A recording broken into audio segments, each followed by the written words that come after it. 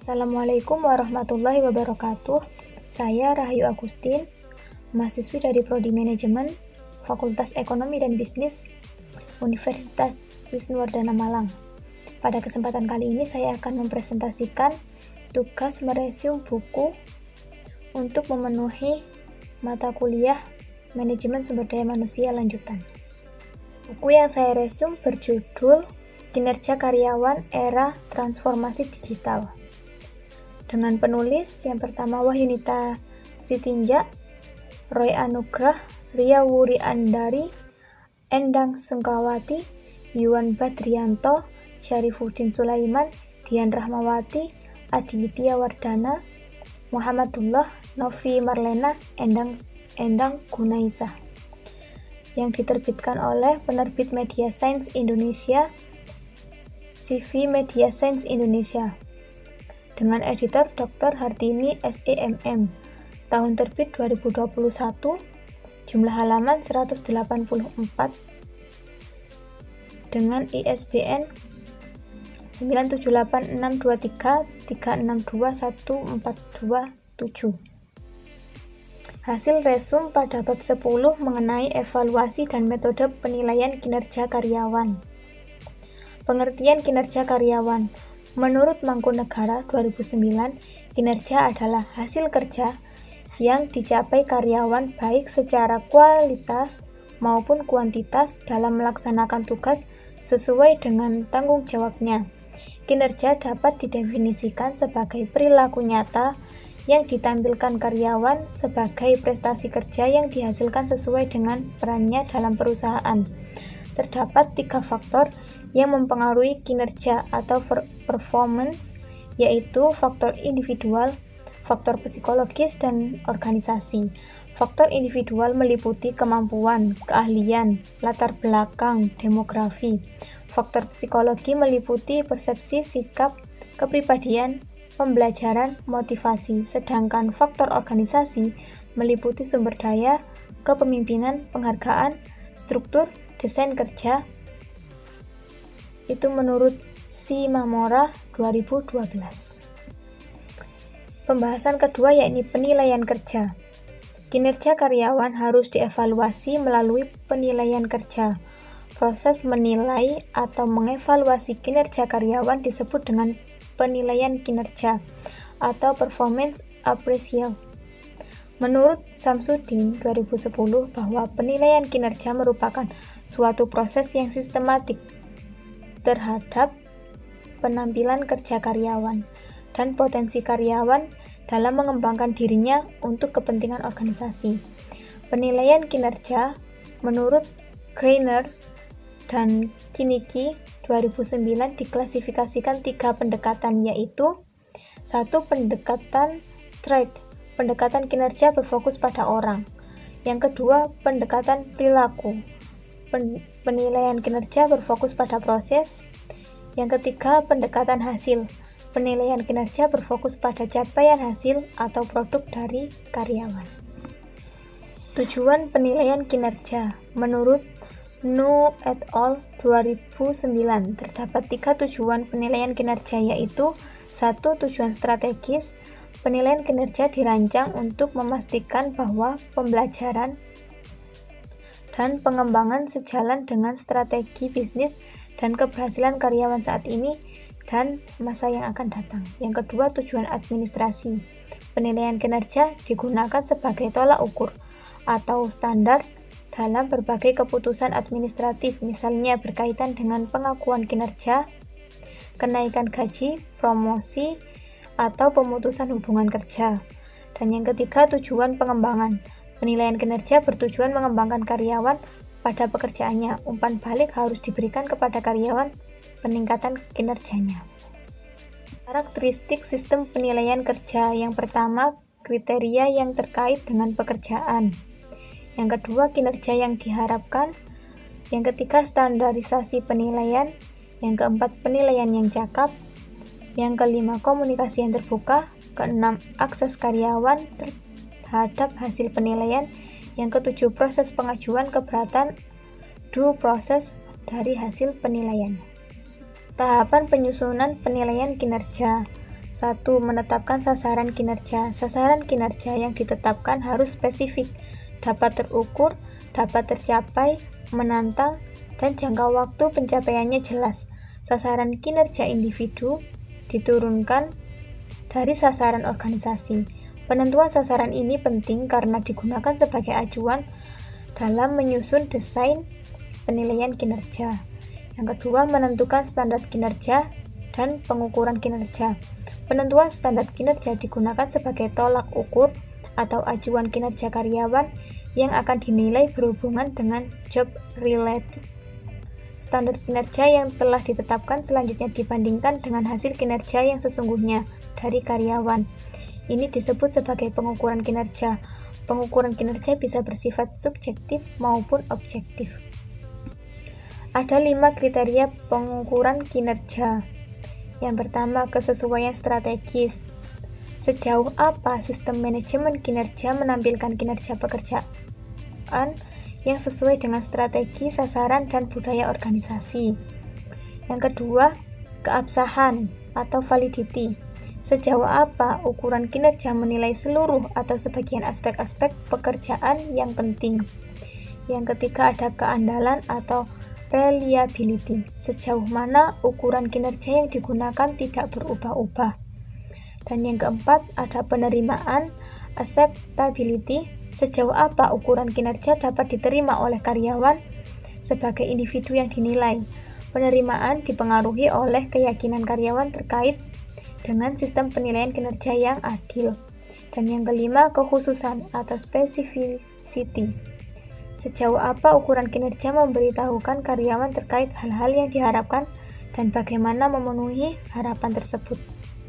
Menentukan metode dan pelaksanaan penilaian. Penyusunan desain atau sistem penilaian harus mengacu kepada tujuan penilaian yang sudah ditentukan. Terdapat 2 metode, yaitu past performance oriented appraisal dan future oriented appraisal. Sedangkan penilaian kinerja karyawan bisa dilakukan oleh atasan, rekan kerja, penilaian diri, bawahan, pelanggan, ataupun dengan sistem penilaian 3600. Yang kedua, melakukan evaluasi penilaian kinerja. Hasil evaluasi penilaian kinerja harus disampaikan kepada karyawan yang dinilai. Evaluasi penilaian kinerja diperlukan untuk memastikan tujuan dari suatu penilaian sudah tercapai apa belum.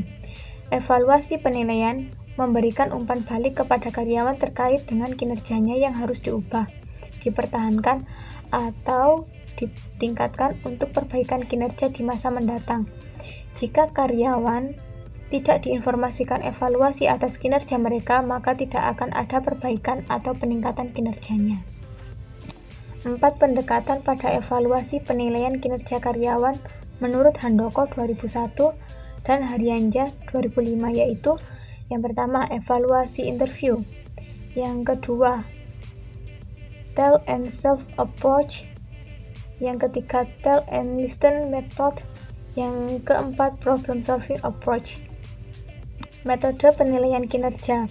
Metode penilaian kinerja karyawan dilakukan berdasarkan orientasi kinerja yang dilakukan waktu yang lalu, past oriented appraisal, dan berdasarkan orientasi kinerja pada waktu yang akan datang, future oriented appraisal method. Penilaian kinerja karyawan berdasarkan waktu yang lampau mencakup 1. Rating scale. Penilaian membandingkan hasil kinerja karyawan dengan faktor-faktor penting dalam pelaksanaan pekerjaan berdasarkan skala yang sudah ditentukan. Dari skala rendah sampai tinggi, atasan langsung berperan sebagai penilai. Yang kedua, ada checklist. Penilai akan memeriksa dan mencatat karyawan yang sudah memenuhi atau melaksanakan standar kinerja atau unjuk kerja tersebut. Aspek unjuk kerja yang dinilai misalnya berkaitan dengan kehadiran karyawan, keadilan, kesediaan untuk lembur, kepatuhan, dan lain-lain. Atasan langsung berperan sebagai penilai. Yang ketiga, critical incident method. Penilaian berdasarkan perilaku-perilaku karyawan di tempat kerja, yaitu perilaku baik maupun perilaku kurang baik. Penilaian ini berguna sebagai masukan untuk perbaikan atau mengurangi tingkat kesalahan dalam melaksanakan pekerjaan karyawan. Penilai melakukan observasi secara langsung ke tempat kerja karyawan dan mencatat waktu, tanggal, dan perilaku-perilaku kritis karyawan. Yang keempat, Field Review Methods. Pada penilaian ini terdapat tenaga ahli yang diturunkan ke lapangan yang membantu atasan untuk mempersiapkan alat evaluasi kinerja karyawan. Yang kelima, ada tes dan observasi prestasi kerja. Penilaian kinerja dilakukan berdasarkan serangkaian tes yang dilakukan di lapangan. Tes yang dilakukan beberapa tes pengetahuan dan tes keterampilan. Yang keenam, ada metode evaluasi kelompok. Penilaian ini dilakukan dengan cara membandingkan karyawan satu dengan karyawan lain yang bertujuan untuk menentukan siapa karyawan yang terbaik melalui tahapan-tahapan. Yang pertama, melakukan pemeringkatan, dan yang kedua mengelompokkan karyawan sesuai dengan klasifikasi yang sudah ditentukan. Yang ketiga, memberikan penilaian berupa poin atau angka. Yang keempat, melakukan perbandingan karyawan satu dengan karyawan lain. Atasan di sini berperan secara langsung untuk menilai. Penilaian kinerja berdasarkan masa yang akan datang berfokus pada kinerja dan sasaran kinerja yang ditetapkan di masa akan datang. Metode penilaian yang digunakan yaitu 1. Self-appraisal, penilaian diri sendiri. Karyawan melakukan penilaian terhadap diri sendiri terkait dengan perbaikan kinerja yang akan dilaksanakan di masa mendatang. Yang kedua, psychological appraisal, penilaian psikologis. Penilaian ini bertujuan mengetahui potensi yang dimiliki oleh karyawan berkaitan dengan kemampuan intelektual dan motivasinya. Psikolog di sini berperan sebagai penilai. Tes psikologi, kepribadian, kecerdasan emosional digunakan pada penilaian ini. Yang ketiga, ada manajemen by objective, MBO, manajemen berbasis sasaran. Pendekatan ini antara atasan dan bawahan secara bersama-sama mengidentifikasi sasaran-sasaran kinerja di masa mendatang dan merancang pencapaiannya. Manajer atau atasan memberikan umpan balik secara objektif sepanjang periode waktu penilaian dan mengevaluasi ketercapaian tujuan. Yang keempat, Assessment Center, penilaian dari pusat. Pusat penilaian merupakan satu proses di mana penilai melakukan evaluasi kinerja karyawan berdasarkan jumlah latihan yang harus dilakukan oleh karyawan. Beberapa latihan yang harus dilakukan di pusat penilaian antara lain leaderless group discussion, diskusi kelompok tanpa pemimpin.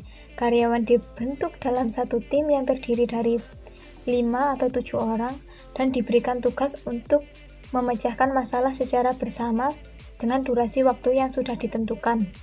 Yang kedua, interview atau wawancara. Karyawan akan ditanya terkait dengan pekerjaan dan berbagai pengalaman pribadi, keterampilan yang dimiliki, kelemahan dan kekuatannya, serta rencana karir ke depannya. Yang ketiga, in-basket, keranjang masuk. Simulasi tugas administrasi dari pekerjaan manajer. Latihannya berhubungan dengan dokumen yang ada di meja manajer yang harus diselesaikan oleh karyawan. Dan yang keempat ada role play, bermain peran. Karyawan akan bermain peran sebagai manajer atau karyawan lainnya dengan durasi waktu yang sudah ditentukan sehingga karyawan harus melakukan pekerjaan yang diperintahkan. Selanjutnya ada pihak-pihak yang berperan sebagai sumber informasi dalam penilaian kinerja.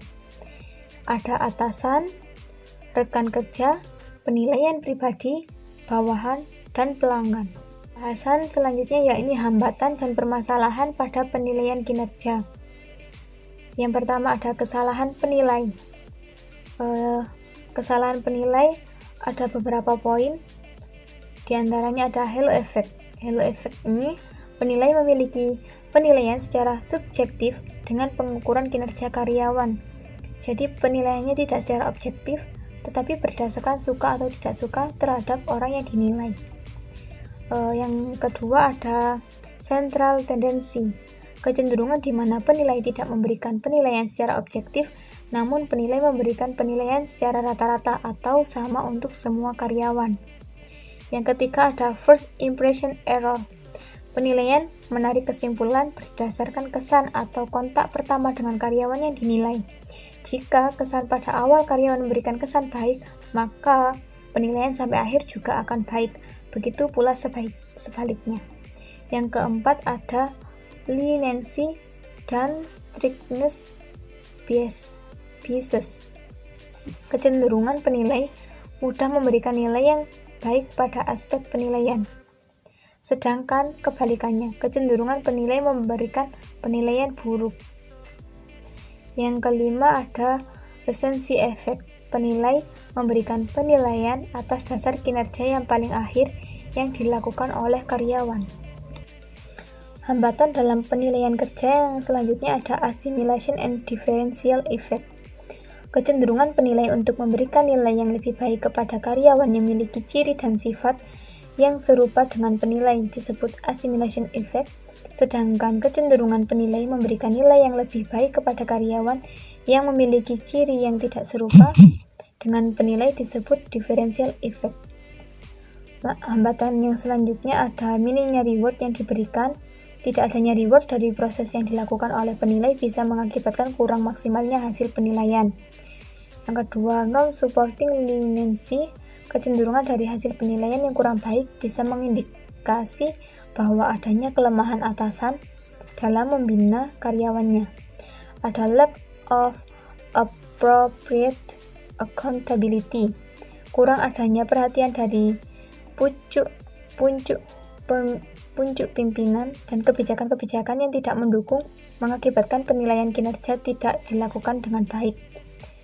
Ada instrumen penilaian yang kurang baik, tidak jelas, atau kurang spesifik. Beberapa permasalahan yang terjadi pada penilaian kinerja dapat diminimalisir dengan cara sebagai berikut. Yang pertama, memahami dan mempelajari kemungkinan permasalahan yang akan terjadi dan menetapkan solusi.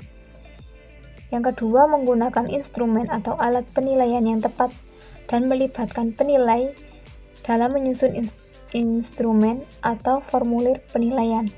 Yang ketiga, memberikan pelatihan kepada penilai untuk mengurangi tingkat kesalahan saat penilaian. Dan yang keempat, mendokumentasikan hasil penilaian kinerja berupa catatan-catatan penting selama proses penilaian. Demikian presentasi saya mengenai resume buku yang telah saya lakukan untuk memenuhi tugas mata kuliah Manajemen Sumber Daya Manusia Lanjutan dengan buku yang saya resume berjudul Kinerja Karyawan Era Transformasi Digital pada bab 10 Evaluasi dan Metode Penilaian Kinerja Karyawan. Semoga dapat bermanfaat, kurang lebihnya mohon maaf. Wassalamualaikum warahmatullahi wabarakatuh. Terima kasih.